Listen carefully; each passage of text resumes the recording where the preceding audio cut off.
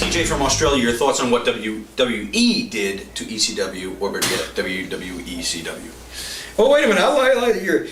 It's been well documented that you're not a big fan of one Paulie Dangerously. The E is for extreme, folks. Or as you may know him on a personal basis, Paul Heyman. While it is known that you two have a, how should I put this, personal hatred for one another, you must at least find something Paulie did as a booker to be at least warranting of your praises. So tell us, King of the Dairy Queen.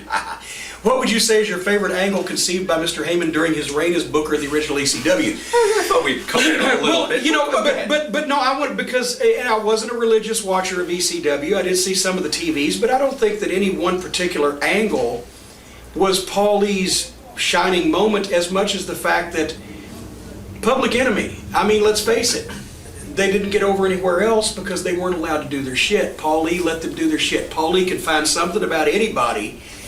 And the Eliminators, not the most polished workers, but great athletes. You could go on and on and on. Paulie got people over that other people couldn't get over, that people couldn't get over in other places. So I think it's what he did with the talent, or bringing in and exposing people to the Eddie Guerreros and the Chris Benoits and etc. before they were on the mainstream promotions. That was, to me, Paul's best contribution to ECW, but I just wish the hardcore stuff is what everybody wanted, and what everybody went nuts over. But once again, sooner or later, you hot shot long enough. This is what Russo doesn't understand, and I'll talk more about him later.